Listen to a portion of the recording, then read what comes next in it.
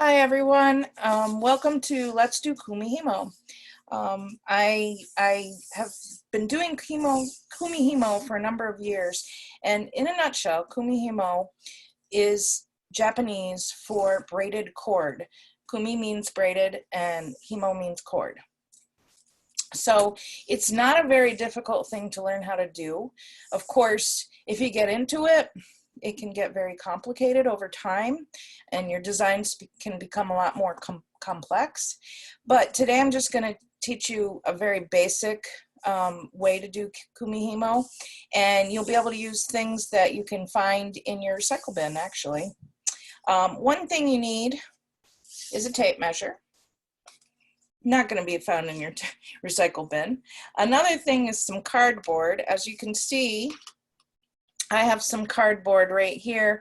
I had some tuna packets that came in a little box, and I really like this this thin cardboard. Cereal boxes are made out of this same cardboard. Coke and Pepsi also package their cans in the same kind of cardboard. So if you have some of that in your recycle bin, you'll need a pen, you'll need some scissors, and then you'll need some embroidery floss is what I like to use, but you can also use yarn, you can use colorful string, satin ribbon if you have a couple of different colors. Just basically look and see what you have at your house and go with that. So the first thing you need to do in order to be able to do kumihimo is you need to have one of these little wheels. Now, back in the time of the samurai, and even to this day, they have these, I call it a kumihimo stand. That's not the appropriate word, but it looks like a wooden stool with 3 legs, and in the top there's a hole. And then they would put their fibers with bobbins, weighted bobbins on the ends, and be able to do this technique to be able to come up with the cord. Well, obviously, you're probably not going to want to build a kumihimo stand at your house. Not right yet. Maybe you'll get into this and want to later. But this is a really easy way to come up with the same effect. So you're going to take your cardboard, your cereal box, whatever you have, and you're going to draw a circle. You can draw it freehand, or I believe I used a coffee lid, but you can see my cutting's not the best, but it doesn't matter if it's not extremely perfect. That's not so important. So you're going to draw your circle, you're going to cut it out. Then you're going to make these little slots that are, as you can see, pretty much 1 finger space apart. And I would do that in pencil. If you go around and for some reason you end up with 2 lines like right up next to each other really close, just erase one of them, because you don't want 2 slots that close together. And it's okay if your slots are just a little bit off. Again, thankfully precision isn't necessary for this. So once you've gotten all that done, then you take, this is where the pen also comes in, you're going to take your pen, you're going to have make a dot in the what you would feel to be pretty much the center of this disc, and you're just going to poke your pen through, and that's all there is to that. And then you'll have one of these wheels. Now on my wheel, you'll notice it says north, south, west, and east. I made it like a compass rose. Now, when you're doing kumihimo, you end up, you're turning your, well, actually you're turning it this way. You're turning your wheel all the time. So south will end up at the top and north will end up at the bottom. Don't let that confuse you. I just did it on mine so that I could, you'll see in a minute when we start doing it. There's something I like to say, so it'll help you to remember which string to move where. And I like to use direction. So just remember, no matter if this letter N, if you write north, south, east, west on your wheel, no matter where the letter is, doesn't matter. It's just, this is always north. This is always actually south. and west and east are always in the same place too, just like in the real world, okay? So once you have all of these things done, you have your slots, you have your hole in it and everything, you're going to take your fibers. So I have to be honest. So I already have been through this program once, and I thought it was recording, and it was not recording. So I already started to do this. So let me take this one out of here, and I'll show you what you would do.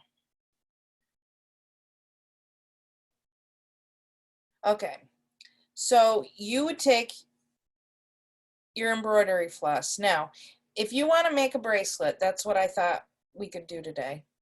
But whatever you want to make, just figure out what it is you want to make and how long that thing needs to be.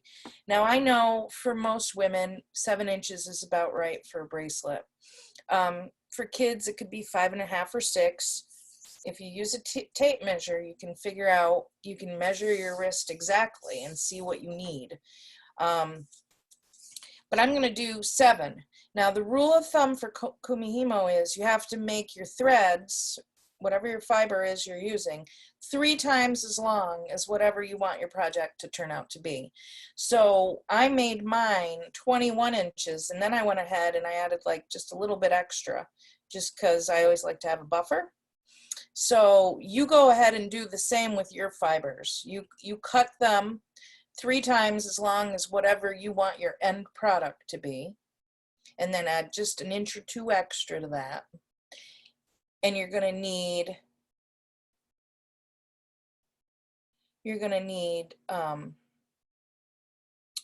2 in one color. So I have 2 that are roughly 23 inches long in the orange, okay? And I have 2 that are roughly 23 inches long in the turquoise.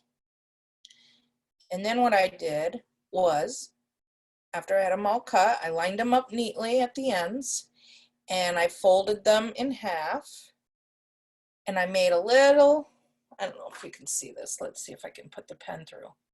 See how I have a little loop at the top? I made a little loop at the top. That's so that at the end, I would have a way to take the tail and come through the loop and then knot it and have a little bracelet. You can also add jewelry findings if you're a jewelry maker. You could put a jump ring on this little loop, and you could get a little finding. It looks like a tube with a little ring on soldered onto the end of it. You could take that, and when this is done, you could put a little tiny bit of epoxy in your finding, and then you would, stuff the end of your bracelet in it, and then you could, make it a little bit fancier if you wanted to. That's up to you. But anyway, now that you have your fibers, hopefully, you are going to take this whole thing, and with the knot to the bottom of your ring, you're going to feed through all of the different strings. And then you're going to take your strings and you're going to sort of separate out all your colors, and you're going to place them. Now you want to make sure to start, this is just to start, as I said, that north is to the top of your ring or your wheel, and that south is to the bottom. Mine are kind of all not tangled, but they're already started in a bracelet, so it's a little bit weird. Let's see if I can get them how I need them to be. I think I can.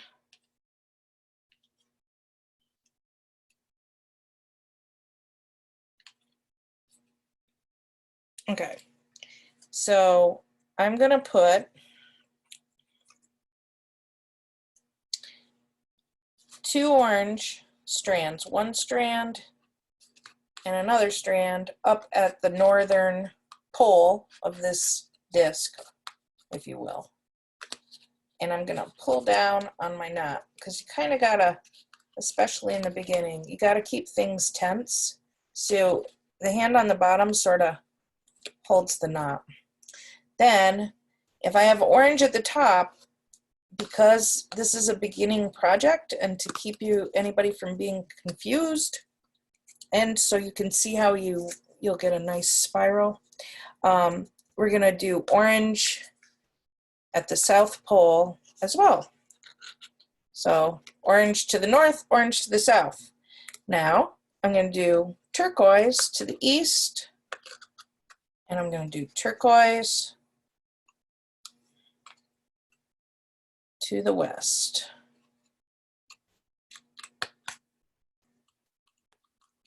And there we go. So 2 orange to the south, 2 orange to the, wait, I got my wheel turned wrong. 2 orange to the north, 2 orange to the south, 2 turquoise east and west.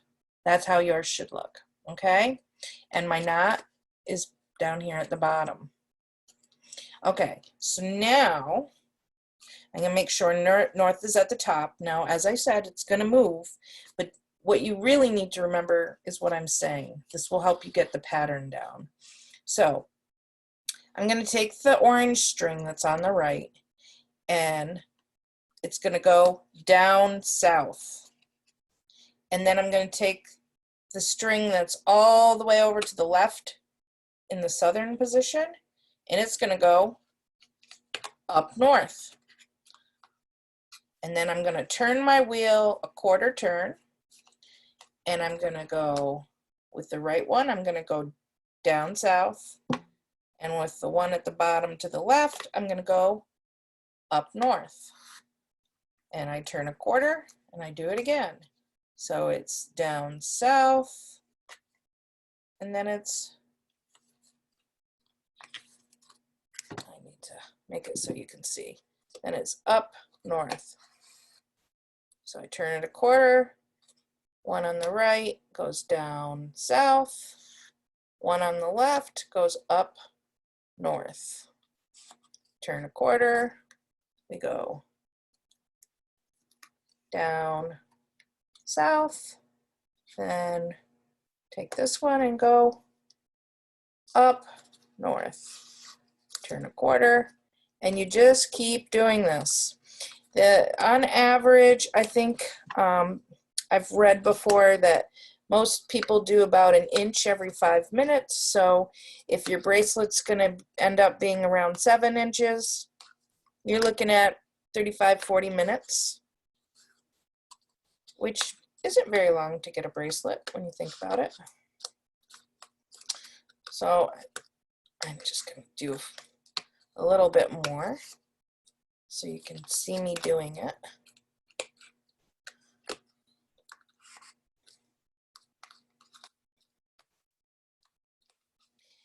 Now, I hope a lot of people will watch the video because I can see nobody's tuned in right now, but that's okay. Hopefully you'll watch the video, and if you like doing this, if you try it and you like it and you want more Kumihimo programs, let me know, and I can show you how to get a different pattern in your cord.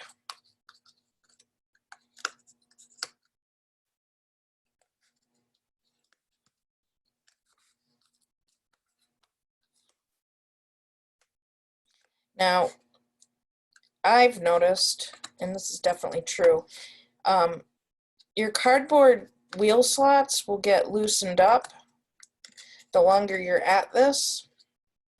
And once your slots get loosened up, it helps it go faster. So if you feel like you're going terribly slow, don't be hard on yourself. Just remember you're new at it, and your wheel needs to loosen up.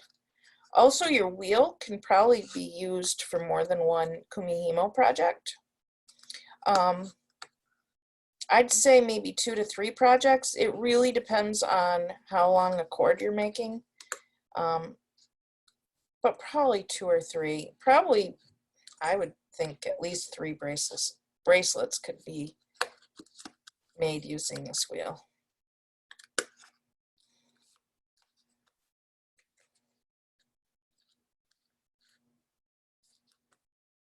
see. Let's see if I have anything happening. So I don't know if you can see down here. Do you see there's a little tail starting, and if you look closely, let's see if I get really close to the camera, you'll see it's a spiral pattern. Now let me show you one that I've been working on. So my son has these funny little dice, like a lot of young guys. He likes to hang them in his car window, and unfortunately the cord was pretty cheapo, and it came out, and it wasn't even salvageable. So I Kumihimo'd him a cord using the same thing I was just doing with the orange and the turquoise. Same exact thing. Made this nice long, and it's a sturdy cord. Like this kind of cording, it's good for a lot of stuff. But I just took it off the wheel. Now I didn't do a loop on this end. I just used my strands without bending them in half and making a loop, because I knew I wasn't making a bracelet. And then once I took it to take things off the ring, you sort of saw me do that in the beginning. You just pull all your you pull all of the strings off of here, and then you pull it out from the bottom, and you'll have a long tail, and then you just do an overhand knot and knot it really nice and tightly. So then, like for this, I can just go ahead and sew this cord to each one of these little fuzzy dice. But there are a lot of things you can do with Kumihimo. If you keep doing it, if you like it, I can show you how to work beads onto it. This is a piece, if you're somebody who normally goes to the library, you've probably seen me wear this. This is the only piece I have like this. It took me quite some time and a lot of patience to get this made. When you integrate the beads and when you do something this long, your strands are really, really long. And the thing that's a little bit frustrating is that you have to try to not let all your strands get tangled up with each other. It's a little bit frustrating, but it's well worth it when you're done. But you have to be in the right frame of mind to do it, to be honest with you. But it can also be made into a bracelet. I have some bracelets, but I don't have any right here where I am right now. But this is what a bracelet would look like. You could make it shorter. And as you'll see, so all the beads get worked into your cord. So there's the cord at the end.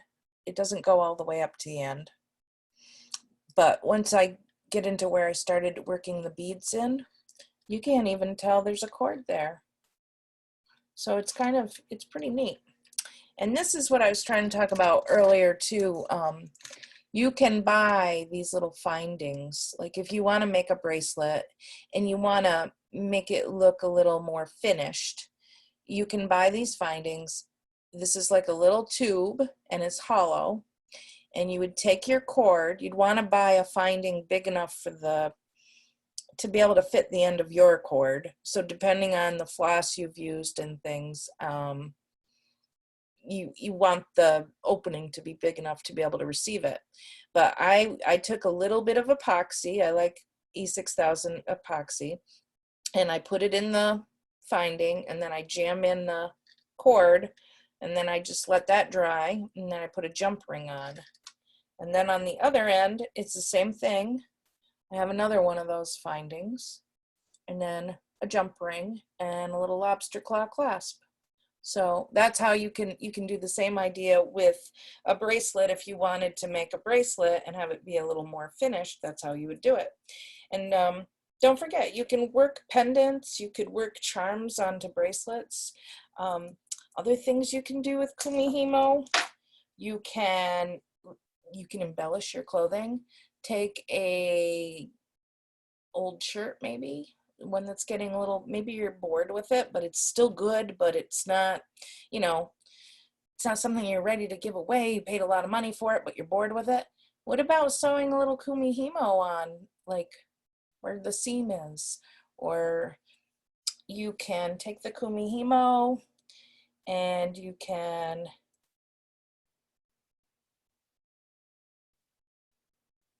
sort of work it around, sew it around as a circle, and you could sort of applique this on and make little, maybe you want to make little floral, like if you appliqued some kumihimo on and then just embroidered, you know, you could make like a floral kind of decoration on a sweatshirt or a shirt or a jean jacket. That would be neat. You could also, if you're really ambitious, and this is something I'd like to do someday, if you're really ambitious and you made lots and lots of this cord, you could do what I just was trying to show you, which is sew it into a circular pattern, just like people who crochet do to make rugs. Do the same idea with the kumihimo cord, and you could get a hot mat to put a hot pot on. And if you just keep doing it, you could get a placemat. And if you just keep doing it and doing it and doing it, you could, I think you can see where I'm going with this, you could get a nice doormat eventually. So you'd just be sewing the cord every few inches, and as it would grow and grow and grow, you could get a really kind of nice circular mat. I don't know, something I would like to do, because this stuff is really sturdy. I feel like if you were to make a welcome mat or a floor mat out of this, it would probably last a very long time, especially, you know, considering all the different fibers you could choose to use. But even with embroidery floss, if you make one of these, you'll see it's really sturdy. So that's all I have for you today. I hope you did enjoy it. I hope that if you do like doing kumihimo and you want to see more, just take a few minutes, shoot me an email, and then I'll know that people are interested and I can do more programs about it while we're in this pandemic situation. So thanks for tuning in, and hope to see you next time. Bye.